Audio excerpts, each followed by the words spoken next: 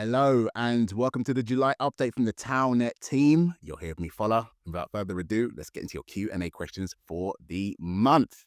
All right, so the first question is from F101 and they ask, when is Testnet expected to be released? And would it be possible to allocate more developers to Testnet to accelerate its progress? Okay, thank you, Fala, and thank you, F101, for that question.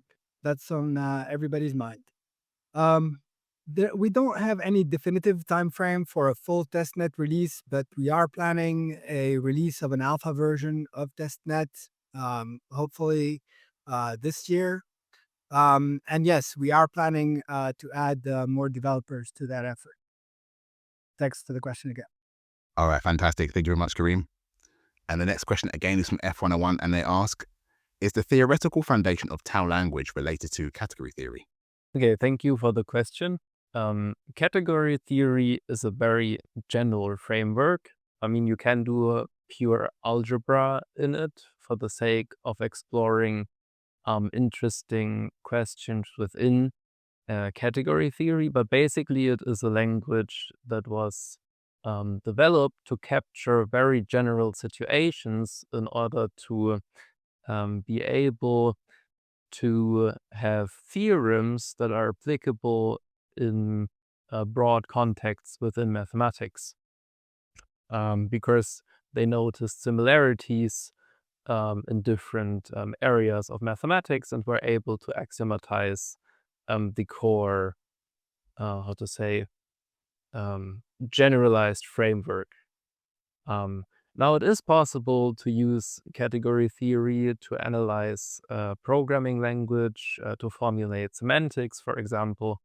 But all of this is unrelated to how we develop the Tau language and also how the further research will continue. Now, it is possible that when you analyze the grammar, for example, or the semantics categorically, you might find some interesting constructions, but this is not a stream of research that we are conducting.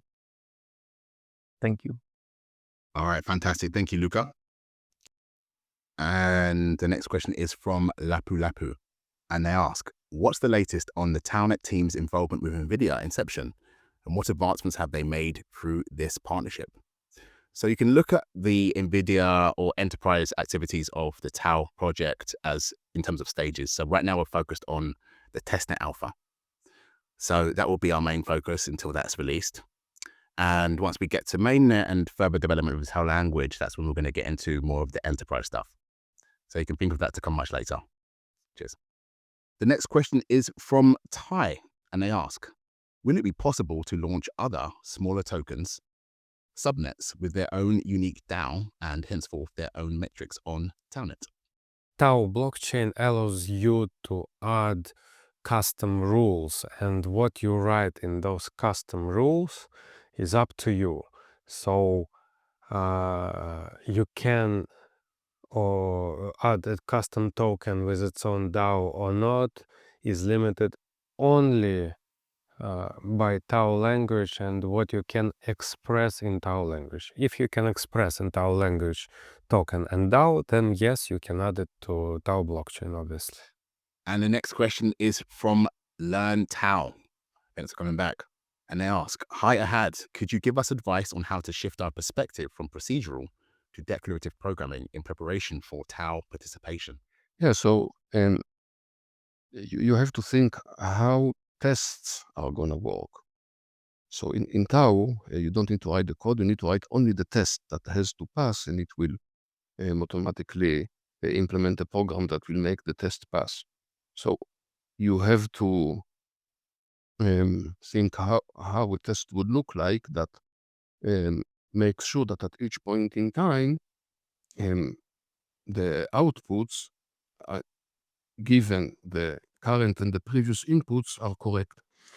So for one example, if you want to sort a standard sorting algorithm like a quicksort, in normal programming language, we'll have to write instructions how to sort. But if it's a test, you only need to check that one element is greater than the other, and that's the test. And the same in the Tau language. Thank you very much, Ahad. And the next question again is from Learn Tao, and they ask, is it accurate to say that Tao doesn't care how a sentence is written, but only what it means and how it relates to other sentences and what behavior it triggers? Thank you for the question. In general, this is accurate. So the idea is that the behavior of the program is fully defined by what you specify. And as long as you specify the same thing, it doesn't matter how you have written it. But there's a but. This is a theoretical approach. In practice, of course, many equivalent formulations exist. For example, you can add redundant information or redundant specifications. And in these cases, it will, of course, impact the performance because the program, the Tau engine basically has to normalize the formula and work with it. And for this reason, from this perspective, it will matter on how compact, let's say, you're able to specify what you want to say. All right, fantastic. Thanks, Luca. And thank you, Andrew, for your question. The next question is from Neo, and they ask, can the project manager explain why the project struggles to adhere to its roadmap or set firm deadlines? This has raised concerns among onlookers, including professional developers. Thank you, Fola, and thank you, Neo, for that question that I'm sure is on everybody else's mind. As you well know, I mean, Tau is very much a research and development project. So everything that we're doing here has never been done before. We're inventing new algorithms, implementing them for the first time. So that is why it is difficult to predict and to stick to any timeframes that we set for ourselves. That's kind of the reality of what we do here. Yeah, that's the main reason for the delays and for the reason we can't really predict how long any of these tasks are taking. All right, thank you for your question. And the next question is, the VP of R&D summarizes development progress, but what specific actions is he taking to accelerate Tau's development? What levers is he using beyond reporting? Over to you, Kareem. Okay, thank you, Fola, and thank you, Peter, for that question. I think I've answered some of that in previous questions this month, but essentially the questions have to do with the time frame and what are we doing to accelerate it.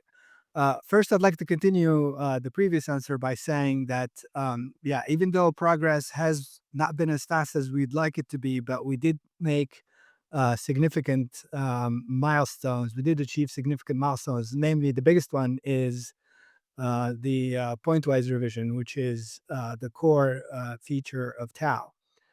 And what are we doing to accelerate and maintain the rhythm is really, I mean, it all hinges on our ability to develop these algorithms and finding more efficient ones. One of the things we've done is recently we did call on some external SAT solvers like Z3 and CVC5 in an effort not to reinvent the wheel. So we're leveraging other people's work in this areas where we can, and that's been very helpful.